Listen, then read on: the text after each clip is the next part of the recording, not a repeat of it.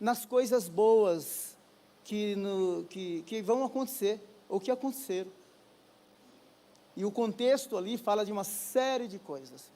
E aí eu comecei a ler Filipenses, mergulhar no livro, e eu não consegui, o pastor Ivene sempre fala aqui dos 3 pontinhos, não é? E eu até desenhei os 3 pontinhos, mas eu não vou conseguir chegar nos 3, porque eu nem preparei os 3, porque eu não consegui desenvolver os 3, então possivelmente eu vou falar só sobre um ponto. Em quais aspectos Cristo nos satisfaz. E eu quero fazer uma pergunta para você. Você tem a consciência plena do cuidado de Cristo sobre a sua vida?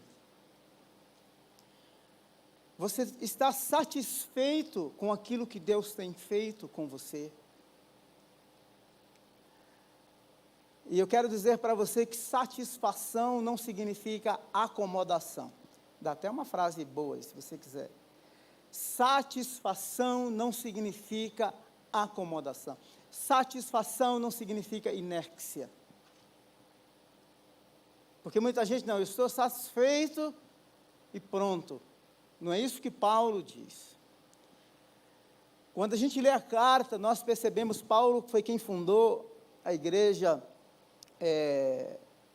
de Filipos, e ele, se você ler Atos capítulo 16, você vai perceber toda a jornada, como a igreja nasce ali na beira de um rio com Lídia, né? Sim, no lugar de oração, eles foram procurar um lugar para oração, encontram aquelas mulheres, e o texto diz que Deus abriu o coração de Lídia para que ela ouvisse o Evangelho.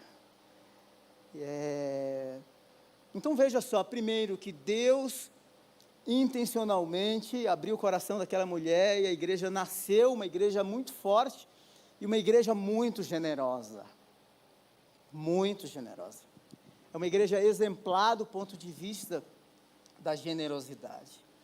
Então Paulo, além de plantar aquela igreja, foi uma igreja que foi parceira dele no ministério. Igrejas como a igreja de Corinto, que não somente questiona o ministério de Paulo, mas também rejeita o ministério de Paulo. Essa igreja não, essa igreja ela tem uma expressão de generosidade fenomenal, fantástica. Então Deus havia dado a Paulo uma igreja que se importava com ele. Apesar de outras não ajudá-lo e não reconhecer o seu ministério apostólico, Paulo estava muito satisfeito e muito contente com as ações dessa igreja, com o testemunho vivo dela. Eu pergunto, quais os parceiros que você tem, parceiras, pessoas que nos tempos de aflição, de carência de alguma coisa, falta de alguma coisa, você pode contar com essa pessoa. Essa igreja estava presente. Essa igreja estava presente. O apóstolo Paulo também reconhece a limitação de todo o conhecimento da lei que ele tinha. Eu vou explorar isso melhor. Então, apesar de ser um doutor, um perito na lei, eu vou mencionar isso para vocês daqui a pouco, aquele conhecimento pleno que ele tinha, quando eu falo pleno, assim, o cara era muito preparado, instruído aos pés dos melhores mestres, aos pés de Gamaliel, os melhores mestres do primeiro século. Mesmo assim, havia um vazio no coração daquele homem. Quando a gente olha o surgimento da ciência no final do 16º século, início do século XVII, depois de todo o desenvolvimento ao longo do século XVIII, a ciência moderna surge com uma proposta de solucionar os males da humanidade. Ou seja, prega-se e ensina um progresso em que os males da humanidade seriam solucionados. A fome, as enfermidades, por que não dizer até as guerras. E hoje, os proclamadores da pós-modernidade, eles não sabem explicar se a pós-modernidade é uma versão da modernidade, uma nova versão da modernidade, ou se a própria pós-modernidade é a morte da modernidade. Por quê? Porque toda a promessa do progresso da modernidade naufragou nos fracassos da pós-modernidade. Ou seja, a ciência que havia sido proposta como uma solução para o mundo, na verdade, a ciência se tornou também um instrumento de escravidão. Por exemplo, as pessoas dizem assim, não, já existe a cura para o câncer, mas os laboratórios querem continuar fazendo dinheiro. Eu estou estudando, nós vamos ter o segundo módulo da EBM, e eu vou dar algumas aulas sobre teologia sistemática, e eu estou selecionando uma série de tópicos para estudar a teologia sistemática, como ela é, lançar as bases, mas também todos os temas, como, por exemplo, um pai hoje, de repente, dependendo da condição financeira, ele pode ter um bebê com o DNA editado. Alimentos que nós comemos hoje são alimentos geneticamente modificados. Há 3 dias atrás, nos Estados Unidos, foi feito um transplante de um rim, não é? Que foi retirado de um porco geneticamente modificado e colocado num ser humano. A grande problemática é que ninguém sabe, não é? Por meio desses alimentos editados ou geneticamente modificados, quais são as consequências para a humanidade. Ou seja, a ciência, ela trouxe muitos recursos, mas também trouxe muitos prejuízos.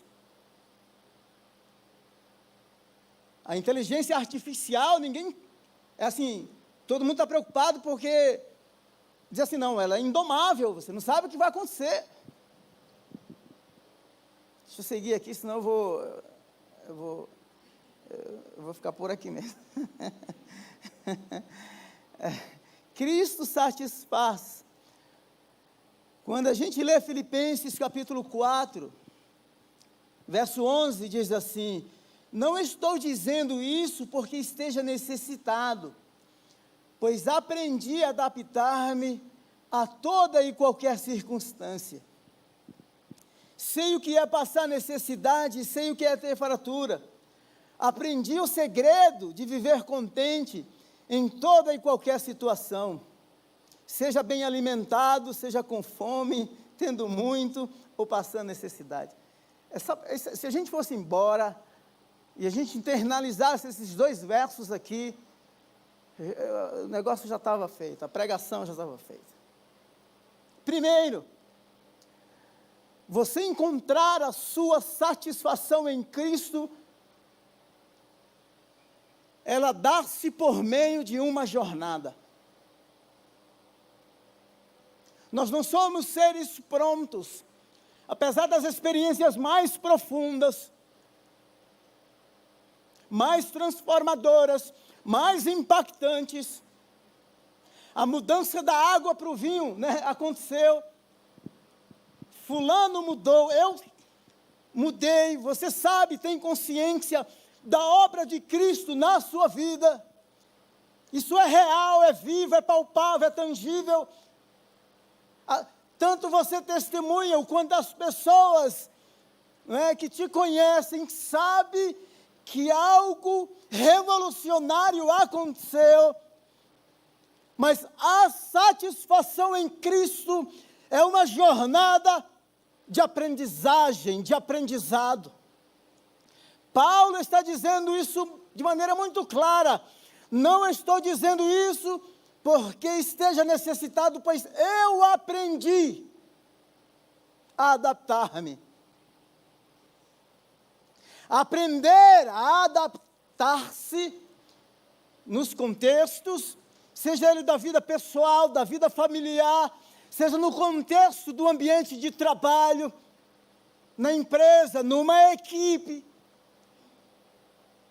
as situações que nós vivenciamos, terem abundância e ter falta, terem abundância e ter necessidade, ter e também aprender a compartilhar e a dividir aquilo que tem, porque a nossa mesa, ela não é nossa somente, ela é do próximo, ela é do irmão, da irmã, ela é do irmão de sangue. Então, hoje aí, não é, o pessoal fala muito da PNL, né, da programação neurolinguística, e outra coisa, nas grandes corporações, hoje estuda-se inteligência chamada de inteligência cultural. É uma capacidade que você tem de adaptar-se ao contexto. Duas pessoas que eu conheci que têm uma capacidade de adaptação fora do comum. Pastor Jonathan Ferreira dos Santos, Jonas Neves de Souza. Uma capacidade de adaptar-se, de compreender o tempo e as circunstâncias do tempo, dialogar com eles e adaptar-se. Fantástico. Paulo desenvolveu isso. Eu aprendi. Eu sei o que é passar necessidade. Aprender sem adoecer. Aprender para criar um sistema imunológico, psíquico, emocional e espiritual. Crescimento, maturidade, entendendo que não são as crises sociais, políticas, religiosas do mundo que vão determinar o seu estilo de vida, mas a sua experiência com Deus, com aquele que te chamou, com aquele que te salvou, com aquele que te resgatou. Ele é a nossa fonte de vida. Dele procede o nosso cuidado. Agora, me deixe dizer uma coisa para você. Lembra do povo que saiu do Egito, que Deus libertou? Aquela galera viu tanto milagres, um atrás do outro, não é? Milagre do alto, que vem, chuva de saraiva. Rio que se torna em sangue. Protesto contra todos os deuses do Egito, mostrando a soberania de Deus. Daqui a pouco, quando saem do Egito, que falta pão, eles estão reclamando no deserto. E sentindo saudade da vida que viviam no Egito. Escravizados, oprimidos. Será que nós temos a compreensão profunda de que aquele que nos libertou e que de repente nós enfrentamos os desertos da vida, qual é a nossa resposta? Reclamação? Saudade da velha vida? Nós já vimos a manifestação do poder libertador, braço estendido e mão forte. Essa é a descrição, a manifestação poderosa de Deus, do Deus que resgata. Ele não nos resgata para passarmos os desertos da vida sozinhos, não. Quando houver falta de alguma coisa, de pão e água, saiba que o braço forte que foi desnudado para te libertar, é o mesmo braço que vai enviar o maná para que você tenha a sua fome saciada.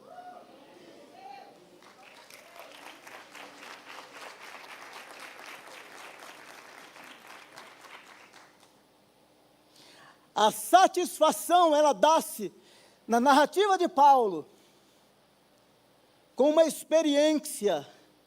A satisfação dá-se por meio de uma experiência com algo que tem um sentido e nos dá um significado muito maior.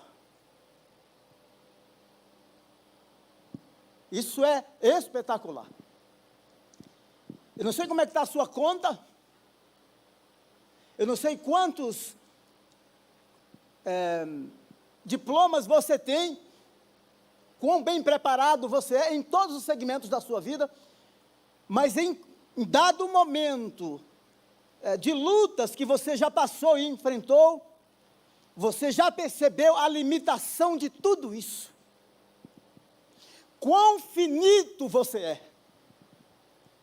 Quão falível você é. E aí você pediu socorro, porque a resposta que você precisava não estava nessas coisas, ou não veio dessas coisas.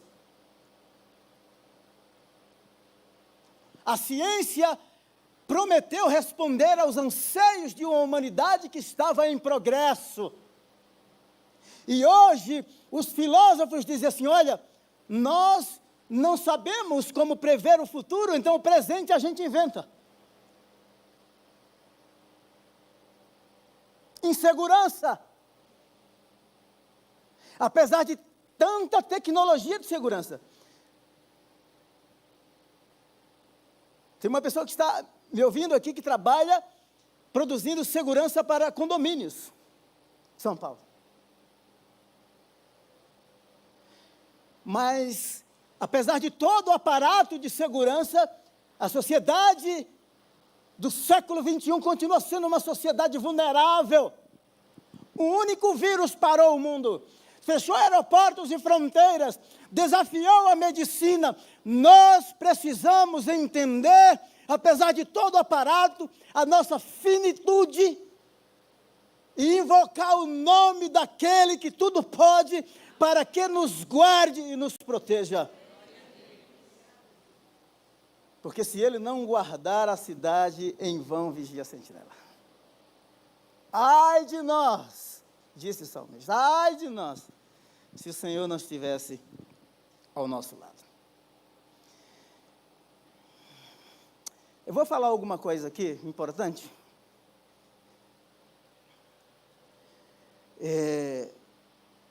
Eu até ontem, depois do summit, eu cheguei em casa e estava exausto. Dei graças a Deus porque a mensagem que eu ia pregar, que estou pregando agora, na segunda-feira ela já tinha caído no meu coração. Eu já fico um pouco mais tranquilo. Aí eu fui na esteira dar uma caminhada e acabei gravando um videozinho que eu postei no meu Instagram. Porque eu ouvi uma frase da ministra Margarete Menezes, ministra da Cultura, criticando os crentes. E me deixa dizer outra coisa antes. Eu não estou aqui para falar de política de esquerda ou de direita. O crivo para uma política de esquerda e de direita não é uma proposta ideológica do ponto de vista humano. O crivo é o reino de Deus, é a palavra do Senhor. Então, eu não estou aqui para ferir o seu sentimento. Certo? Não estou aqui, não é essa a minha proposta. Eu jamais faria isso. Karl Barth, um teólogo do século XX, alemão, disse assim, pastor tem que estar com a Bíblia na mão direita e o jornal na mão esquerda. E ele diz que teologia é dialogar com o tempo. E essa ministra, ela falou uma besteira. E eu vou explicar por quê.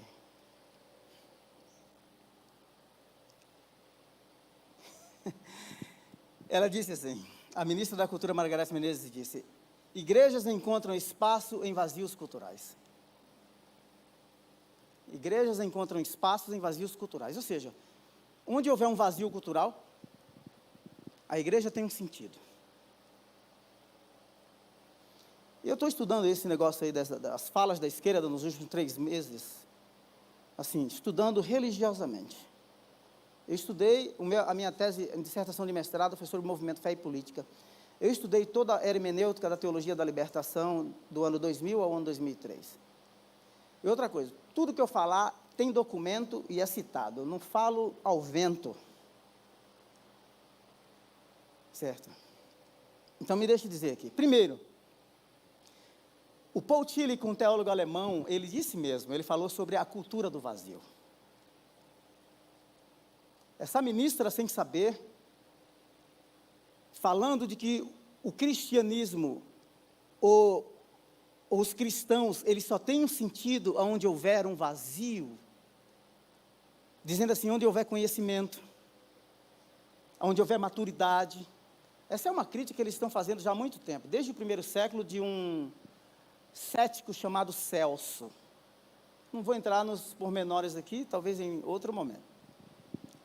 Mas o que ele está dizendo? Uma outra, no ano 2000, chamou os crentes de massa ignara, massa de ignorantes. Certo? Então não conhece história. Porque o cristianismo deu sentido ao mundo.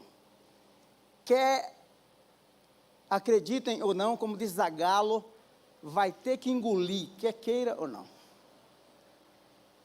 E tem que engolir mesmo. É só falar, olha o alfabeto russo. Foi criado por um missionário chamado Cirilo. Ponto. Então ela diz assim, igrejas encontram espaços em vazios culturais.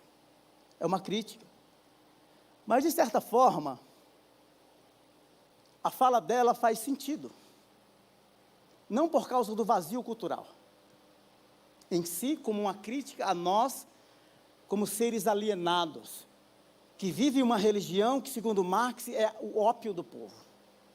Anestesiados. Não.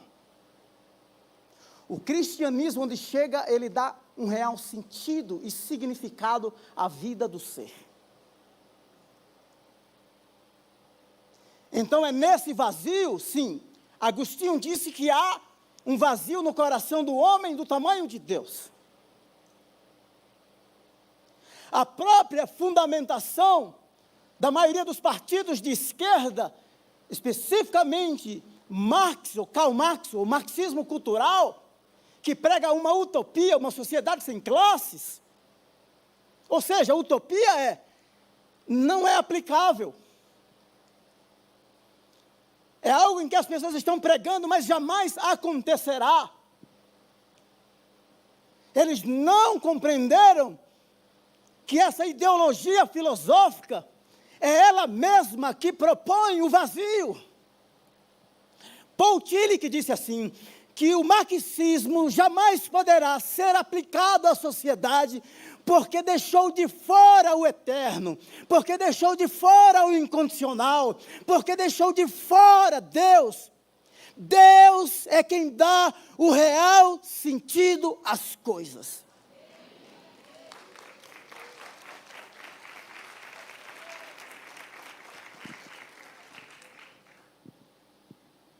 Sim, a ministra está correta ao afirmar, pois a ideologia marxismo, o marxismo cultural, que é o fundamento do comunismo socialista, deixou fora o divino, o sagrado.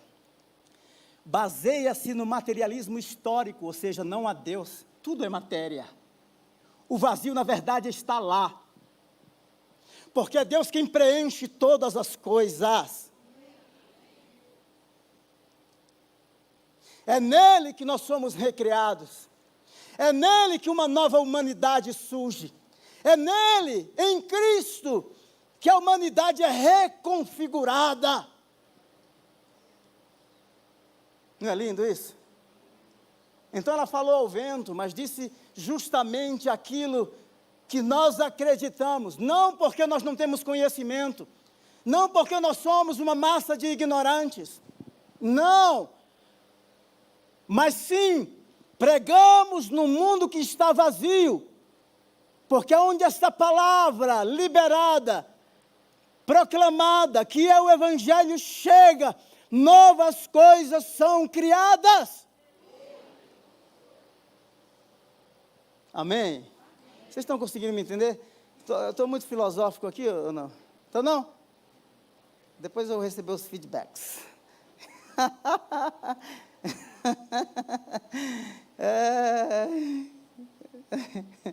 Eu fiquei até bravo quando eu li essa matéria, viu?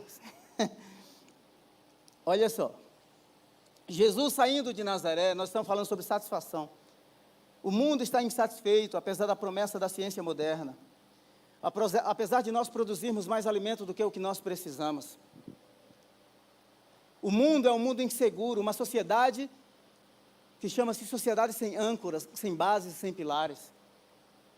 Fala-se de uma sociedade fluida. Tudo é fluido. Não existe verdade absoluta, pós-verdade, tudo é relativo. Que mundo é esse? O evangelho é diferente.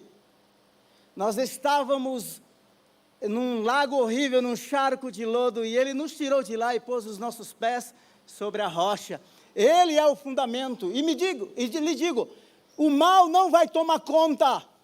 Nenhuma ideologia sociopolítica religiosa, por mais voraz, violenta que seja, vai destruir o cristianismo. Não tenha esta preocupação. Gamaliel, em Atos capítulo 5, a partir do verso 34, ele disse, no concílio, olha, é o seguinte, levantou-se Teudas, Galileu, alguns movimentos messiânicos, e todos eles deram com os burros na água. É o seguinte, esses discípulos estão pregando aí, é o seguinte, se esse negócio é de Deus, se não é de Deus, ele vai fracassar, igual os demais. Mas se é de Deus, é o seguinte, você não pode combater contra Deus. Ele é invencível. Ele é único. Ele é absoluto. Ele é Deus. É Ele quem estabelece reis e remove reis. É Ele quem estabelece reinos e remove reinos. Ele existe para sempre. E Ele é único. Então eu não tenha medo.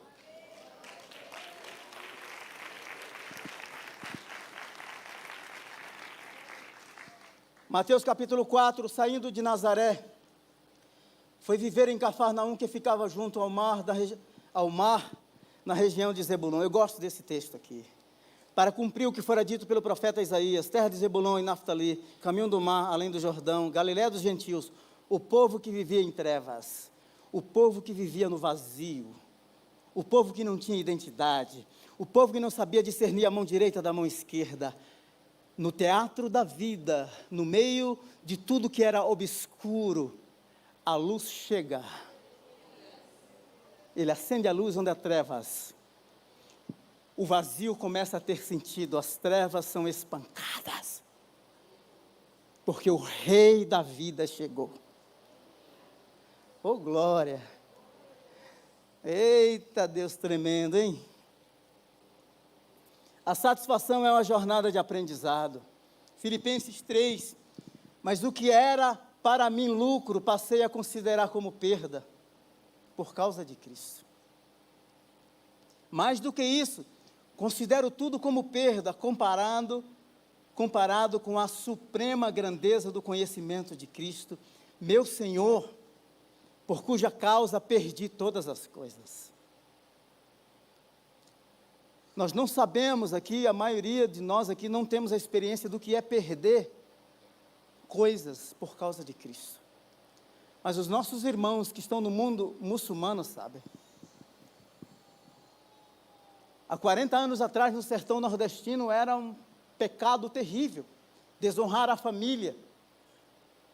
Você se tornar um crente, protestante, evangélico. Conheço histórias de donos de mercearias que se converteram. O povo da cidade parou de comprar na mercearia dele. Paulo tem essa experiência. De olhar o seu passado, a sua história presente, e agora à luz desse conhecimento pleno em Cristo Jesus, ele diz assim, eu considero tudo isto como perda. Jesus é mais sublime do que o seu status. Jesus é mais sublime do que a sua vanglória.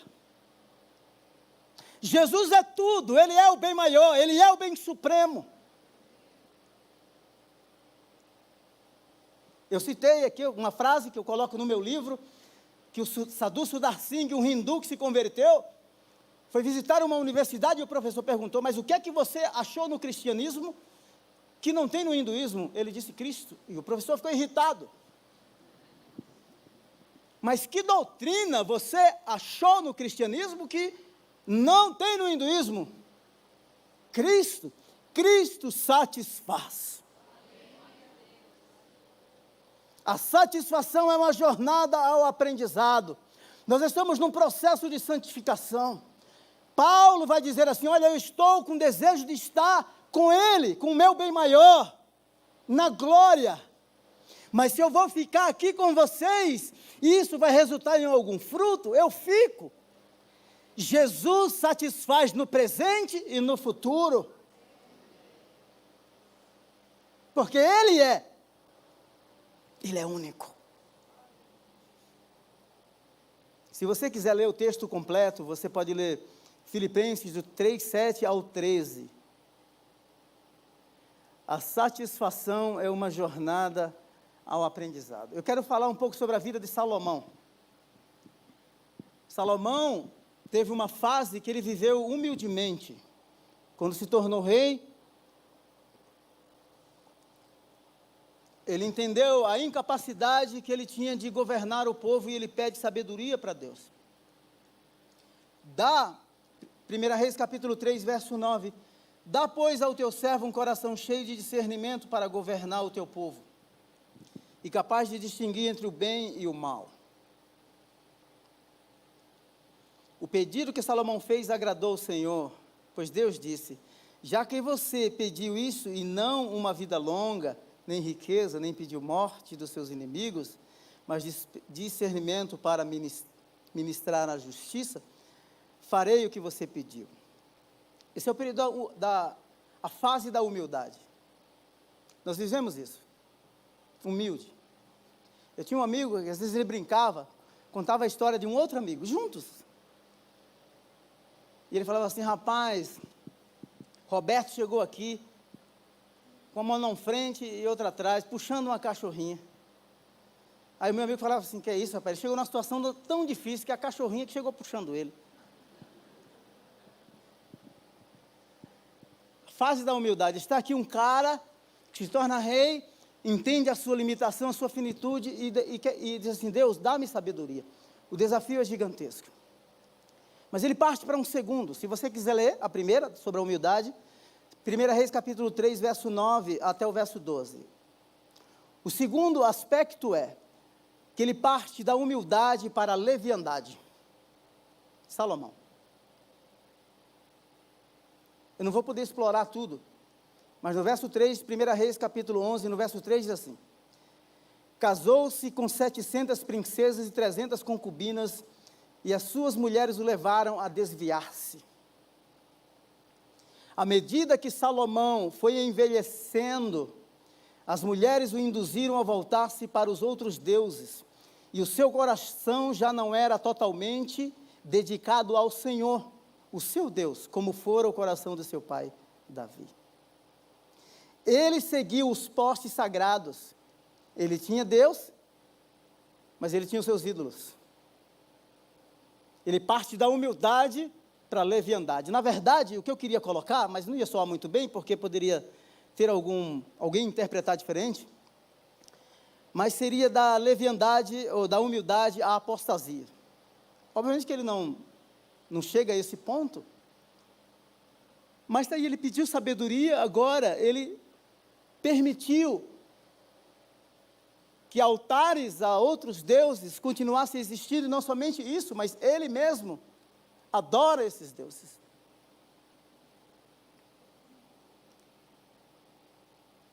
Um outro aspecto interessante, eu queria que você pensasse sobre isso. No que é que você tem gastado os seus recursos em todo sentido, intelectual, financeiro, emocional? Salomão aqui é um cara narcisista. 1 Reis capítulo 7, verso 1. Salomão, olha só, ele construiu o palácio na floresta do Líbano com 45 metros de comprimento e 22 metros e meio de largura e 13 metros e meio de altura, sustentado por 4 fileiras de colunas de cedro, sobre os quais apoiavam as vigas de cedro aparelhadas. Ele levou 13 anos no verso 1, 1 Reis 7, 1. 13 anos para construir o seu próprio palácio. 1 Reis capítulo 6, verso 14, assim Salomão construiu o templo e o arrematou. E no 11º ano do mês de Bul, que é o 8º, o templo foi concluído com todas as suas dependências, tal como devia ser. Salomão levou 7 anos para edificá-lo. Como que uma pessoa que foi chamada, ela leva 13 anos para construir o seu próprio palácio, e 7 anos para construir a casa do Senhor? Há alguma disfunção. Eu queria que nós pensássemos quais são as nossas prioridades. Para onde nós estamos canalizando, conectando todos os recursos que Deus nos deu em termos de conhecimento. Está aqui um cara que é insatisfeito, narcisista.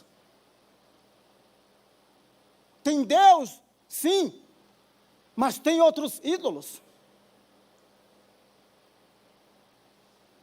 Constrói o templo. Sim. Leva 7 anos, mas a minha casa tem que ter mais recursos. 13 anos. Isso fala sobre nós. Porque nós pedimos sabedoria, pedimos recursos, queremos o melhor emprego. E nós entregamos sobras ao Senhor. A sua vida é mais importante do que os recursos que você pode doar. Uma construção externa não é tão importante quanto uma transformação interna.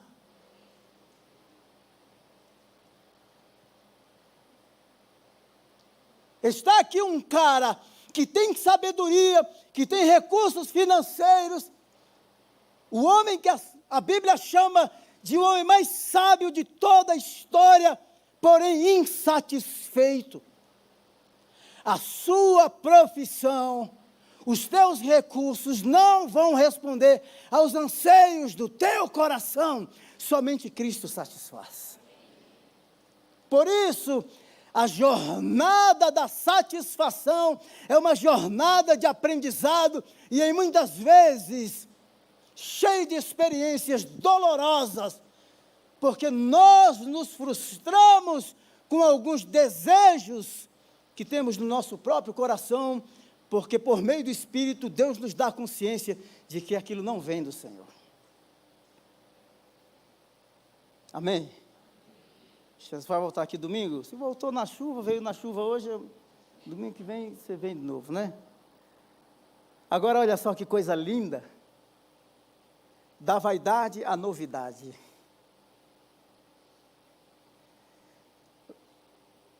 Eclesiastes capítulo 12, verso 8 diz assim: vaidade de vaidade, diz o pregador, tudo é vaidade. Aí, na tradução, coloca agora uma conclusão. O pregador, além de sábio, falando dele, os caras dizem, os escritores, os teólogos dizem que o livro de Eclesiastes é uma reflexão que ele faz sobre tudo que acontece debaixo do sol, e ele descobre que tudo é vaidade.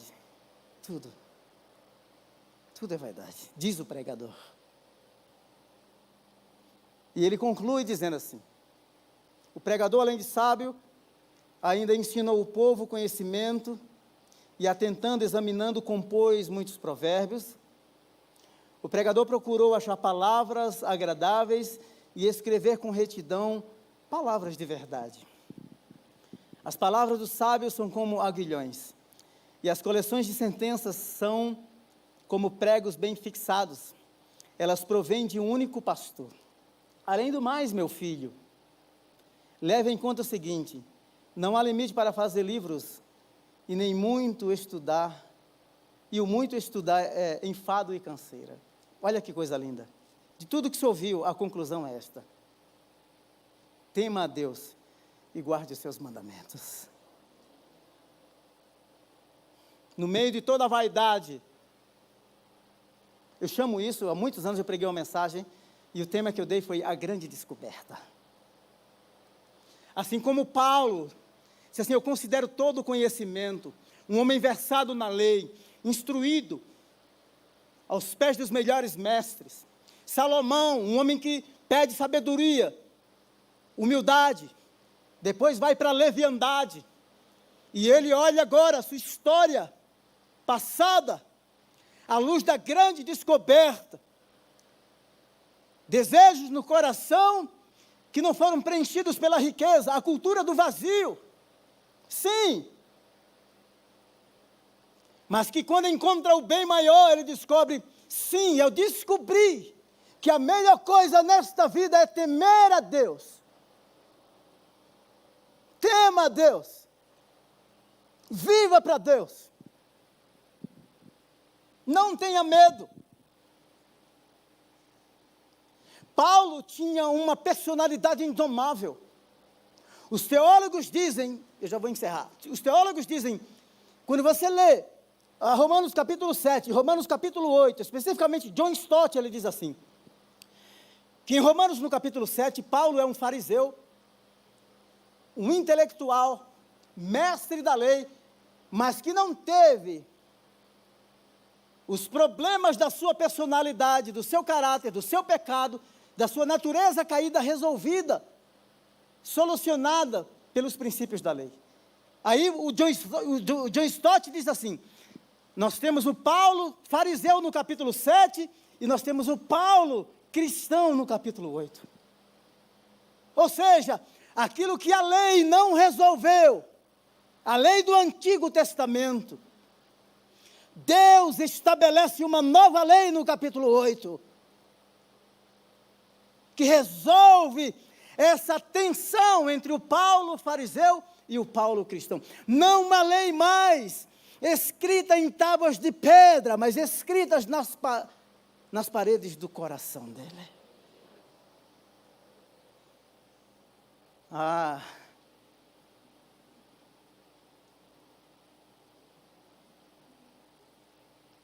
Embora eu mesmo tivesse razões para tal confiança, se alguém pensa que tem razões para confiar na carne, eu ainda mais. Circuncidado do 8º dia de vida, pertencente ao povo de Israel, à tribo de Benjamim, verdadeiro hebreu, quanto à lei fariseu, quanto ao zelo perseguidor da igreja, quanto à justiça que há na lei irrepreensível. Olha o currículo do cara. Um currículo do cara que continua insatisfeito. Quando a gente lê Romanos 7, diz assim, 7:15, eu não entendo o que faço. O cara sabe tudo e não entende. Sabe tudo e tem um problema na sua natureza que ele não consegue explicar. Ele tem um conhecimento racional, cognitivo, não é? Fora do comum, fora da curva. Mas tem um vácuo, um vazio no seu coração. E outra coisa, ele tem o controle cognitivo, mas do ponto de vista da sua natureza pecaminosa, ele não consegue dominá-la, porque ele diz assim, pois não faço o que desejo, mas o que odeio. Onde está o conhecimento? Do que adianta um conhecimento cognitivo, racional, habilidade para administrar algumas coisas, e tão raquítico, tão fragilizado em outros aspectos.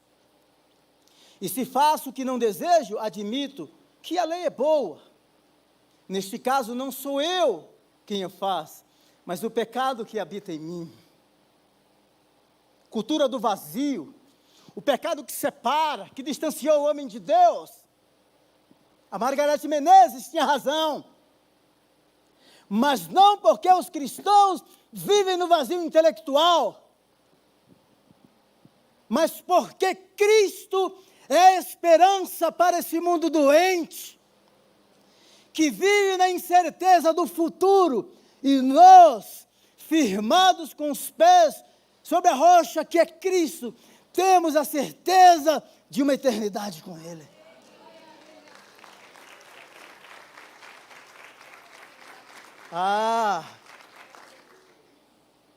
Neste caso não sou eu, mas o pecado que habita em mim. Verso 18, sei que nada de bom habita em mim, isto é, na minha carne, pois tenho o desejo de fazer o que é bom, mas não consigo realizá-lo. Ora, se faço o que não quero, já não sou eu quem o faz, mas o pecado que habita em mim. Assim encontro, olha, ele fala de outra lei, verso 21. Assim encontro essa lei que atua em mim. Quando quero fazer o bem, o mal está junto de mim. Por isso que o cara vai dizer assim, olha, esse é o fariseu aqui, esse cara é intelectual. Tudo de cor, domina o conhecimento. Mas existe uma lei, cuja lei do Antigo Testamento, a lei mosaica, não conseguiu resolver. Esse ser indomável, de personalidade forte, perseguidor da igreja, mas que se rende na estrada de Damasco, diante do bem supremo, submeta a sua razão, a sua profissão. Esse ser indomável, de personalidade que não se rende, que Cristo se torne o seu Senhor, que Ele seja o bem maior, e que você diga como Paulo disse em Filipenses 3, eu considero tudo como esterco, como excremento, pelo pleno conhecimento de Cristo Jesus. Cristo satisfaz. A jornada do aprendizado é uma jornada, é um convite para o crescimento. E se você continuar lendo o capítulo 3, ele vai dizer assim, olha, eu não me julgo que já haja alcançado, mas uma coisa faço, eu prossigo. Então, satisfação não é acomodação.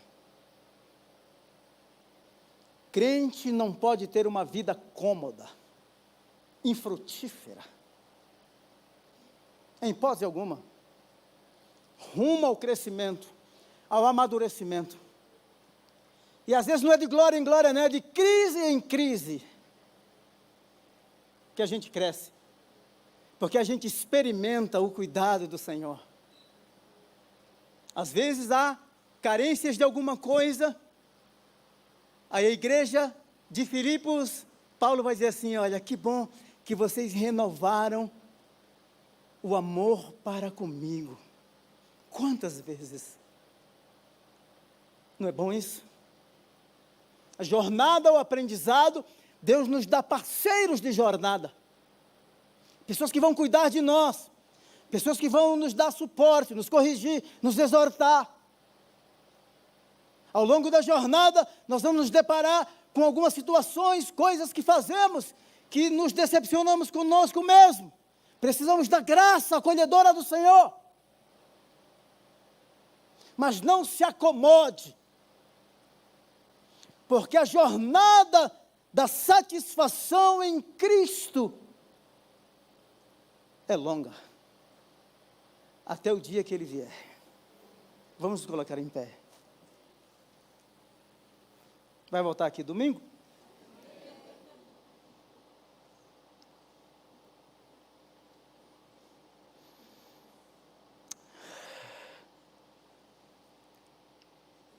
Uma pena. Talvez em outro momento eu exploro. Se você não conhece Jesus ainda, como um bem maior, você tem a oportunidade de entregar a sua vida para Ele.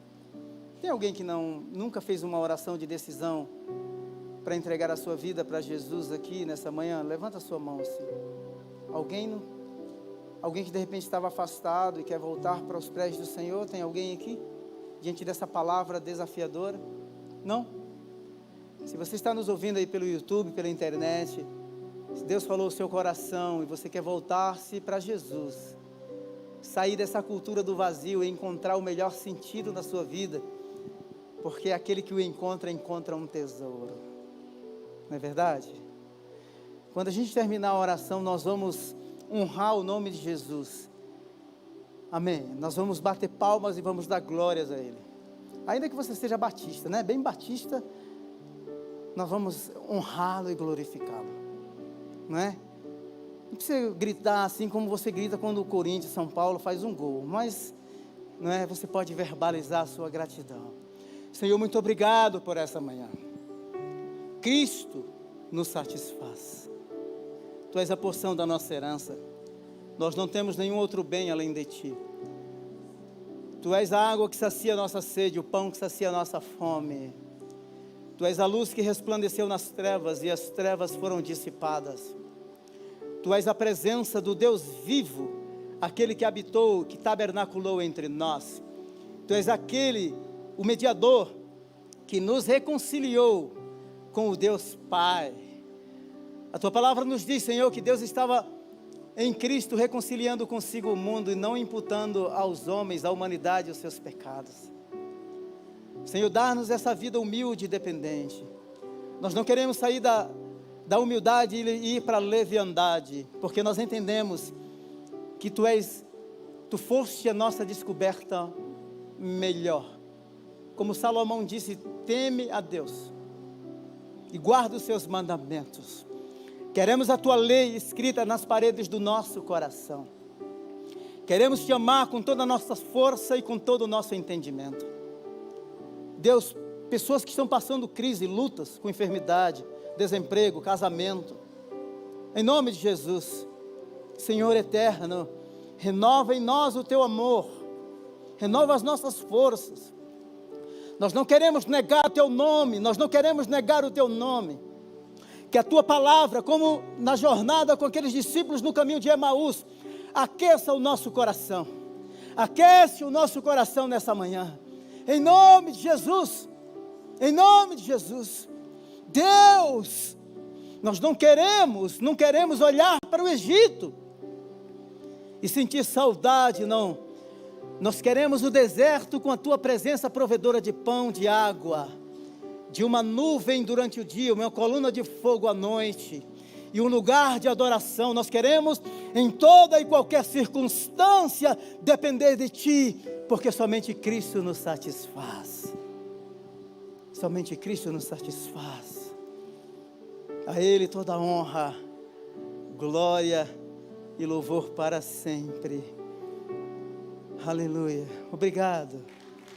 Obrigado. Obrigado por Tua fidelidade. Obrigado pelas marcas da Tua graça e do Teu amor.